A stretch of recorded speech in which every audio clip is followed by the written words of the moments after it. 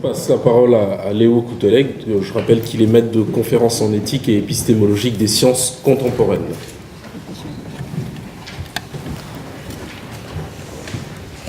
Bien, merci Monsieur le député, merci à toutes et à tous d'être présents. J'ai lancé le chrono pour respecter le temps, j'essaierai de m'y tenir. 10 minutes c'est court, mais on va essayer de commencer le propos. Ce que je voudrais dire ici, c'est que parmi les nouveaux territoires de la bioéthique, il y a une question nouvelle qui n'a pas encore été posée ce matin, qui est celle de notre rapport au savoir, qui est celle de l'irruption de nouveaux porteurs de savoir et de la nécessité de faire vivre un véritable pluralisme scientifique à l'intérieur de la science. Et je conçois cette irruption, cette nécessité comme une voie de la régulation, qu'on pourrait appeler une forme de régulation citoyenne. Parce qu'il y a finalement plusieurs façons de penser le couple science-droit de l'homme. Deux façons de penser une approche des sciences et des techniques fondées sur les droits de l'homme. Il y a d'abord une première façon qui est faire une science, faire la science dans le respect des droits de l'homme. Ça c'est peut-être une évidence, mais c'est l'idée d'une science intègre et responsable, effectivement. Donc une approche déontologique et juridique. C'est le respect des participants à la recherche, une attention responsable à l'application des connaissances, sur les populations concernées notamment. C'est la question du droit à l'oubli numérique, la question de la privacy, le respect des données personnelles, l'accès à l'information scientifique, l'accès à l'innovation, l'intégrité du corps, l'intégrité de la personne. Toutes des choses qui ont été évoquées plus ou moins ce matin. Et je voudrais signaler que nous pouvons penser le couple science droits de l'homme sous un autre angle, avec un autre regard. Et c'est une partie de l'article 27 de la Déclaration universelle des droits de l'homme qui nous y invite. Le droit de participer au progrès scientifique et aux bienfaits qui en résultent. Je voudrais m'attarder sur la première partie de la phrase, le droit de participer au progrès scientifique, en évacuant pour cette intervention toutes les discussions philosophiques, politiques et culturelles sur la notion de progrès qui, évidemment, nous emmènerait ailleurs. La question que je pose ici, c'est quelles seraient les conditions épistémologiques qui permettraient de réaliser effectivement ce droit?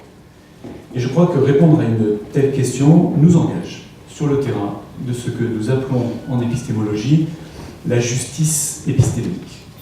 Il ne s'agit plus de savoir si les résultats de la science et de la technique telles qu'elles sont faites aujourd'hui respectent les droits de l'homme ou sont produits dans le respect des droits de l'homme, mais s'il existe une façon de faire de la science qui est elle-même respectueuse, ou tout au moins qui permet le respect du droit de participer à la science elle-même, de participer au progrès scientifique. Il me semble que les réflexions sur ce deuxième aspect sont sous-estimées dans cette discussion autour de la Déclaration universelle des droits de l'homme. C'est pourtant l'article 27. Car ici, c'est vers des questions socio-épistémologiques que nous allons, et plus seulement vers des questions déontologico-juridiques. Et je ne veux évidemment pas opposer les deux, mais dire qu'il nous faut penser leur complémentarité. Prendre au sérieux ce droit, le droit de participer au progrès scientifique, pour tout un chacun, c'est s'obliger à un renouvellement important de notre façon de concevoir les sciences. Autrement dit, le respect de ce droit dépend étroitement de nos statuts épistémiques respectifs. C'est donc une question de légitimité et de critères d'évaluation de ce que nous appelons aujourd'hui connaissance scientifique. Et je crois que nous devons dire ici, et je le dis très tranquillement, qu'une certaine représentation des sciences, disons sa conception positiviste, et peut-être sa tendance à l'hypertechnologisation, n'est pas une bonne candidate pour le respect de ce droit.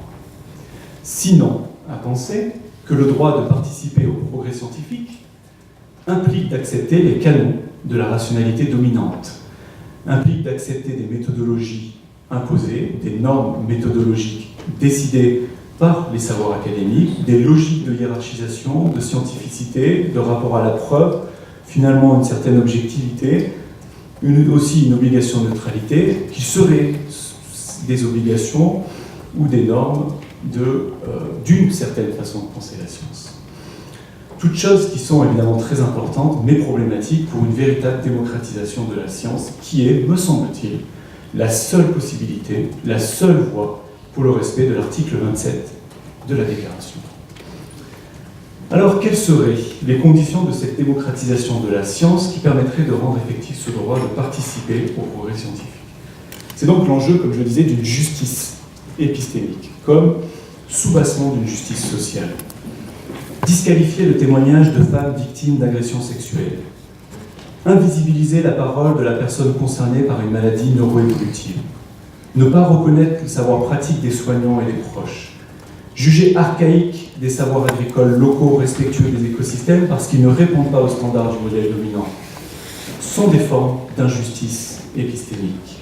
En cela qu'elles ne permettent pas la reconnaissance de certaines capacités à penser, à analyser, à nommer et à connaître le monde. Elles interdisent de candidater à la participation au progrès scientifique. C'est nier la crédibilité d'un sujet en raison de certains. C'est nier finalement la crédibilité d'un sujet en raison de certains de ses attributs sociaux qui, en principe, ne devraient pas affecter son autorité cognitive, comme par exemple le genre, ou la technique, ou encore sa position sociale, ou la forme du savoir créé qui ne répondrait pas plutôt au canon admis habituellement par une communauté scientifique qui a l'autorité de faire le tri entre la bonne et la mauvaise connaissance. Le manque de reconnaissance sociale passe donc aussi, et c'est sur ce point que je voudrais insister, par une forme de mépris vis-à-vis de savoirs considérés comme subalternes. La logique d'exclusion alors en œuvre peut être expliquée de différentes façons, et je vais ici, il me reste maintenant 3 minutes, en donner quelques-unes. Bon, pour la grande philosophe des sciences qui a amené cette idée d'injustice épistémique, Miranda Fricker, une injustice épistémique est une forme de diminution qui affecte un sujet agent dans son statut de sujet connaissant. Vous savez, le philosophe Jacques Rancière avait magnifiquement, dans son livre Le Maître ignorant, montré ceci. Le Maître ignorant, 5 leçons sur l'émancipation intellectuelle. Jacques Rancière disait la chose suivante en déconstruisant la prétention inégalitaire des explicateurs. Je cite: « Il faut renverser la logique du système explicateur. L'explication n'est pas nécessaire pour remédier à une capacité à comprendre. C'est au contraire cette incapacité qui est la fiction structurante de la conception explicatrice du monde. C'est l'explicateur qui a besoin de l'incapable et non l'inverse. C'est lui qui constitue l'incapable comme tel. Expliquer quelque chose à quelqu'un, c'est d'abord lui démontrer qu'il ne peut pas le comprendre par lui-même. » Et dans le point, nous en avons des exemples tous les jours. Pour une autre référence de la justice épistémique, Bonaventura Sousa Santos, qui a écrit un magnifique livre qui s'appelle L'épistémologie du Sud. Car il n'y a pas qu'une épistémologie, évidemment. Pour Bonaventura Sousa Santos, il dit la chose suivante: il ne peut y avoir de justice sociale globale sans justice cognitive globale. Et en conséquence, afin de bien saisir l'extrême diversité des discours et des pratiques collectives, et de valoriser et de maximiser leur potentiel transformateur, une reconstruction épistémologique est indispensable. Et pour lui, c'est une reconstruction qui passe par la conceptualisation de ce qu'il appelle une écologie des savoirs. Je n'aurai pas le temps, évidemment, de m'attarder là-dessus, mais l'écologie des savoirs porte en son cœur l'idée que les différentes formes de savoir sont incomplètes, et ceci de différentes manières, et que faire prendre conscience de cette imperfection réciproque est une condition préalable à l'obtention de la justice cognitive. Selon cet auteur, les épistémologies dominantes ont organisé ce qu'il appelle un gaspillage massif des expériences sociales, une destruction massive des façons de connaître le monde, parce qu'elles n'entrent pas dans le canon de l'épistémologie dominante. L'enjeu ici est de dire que la compréhension du monde va bien au-delà de la compréhension occidentale du monde, que la compréhension d'un phénomène va bien au-delà de ce qu'une discipline ou une théorie est capable de produire sur ce phénomène, car il y a des choix de données, il y a des territoires d'exploration à décider ensemble, une base observationnelle à critiquer, finalement toute une conception des objets auxquels nous avons affaire, des objets scientifiques et techniques, à remettre en cause.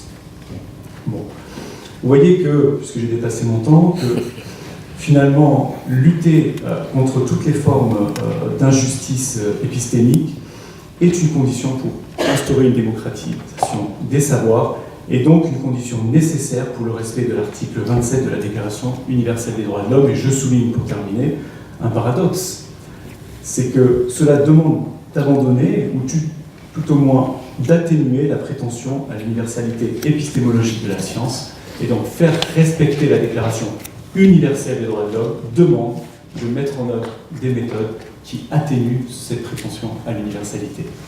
Merci beaucoup.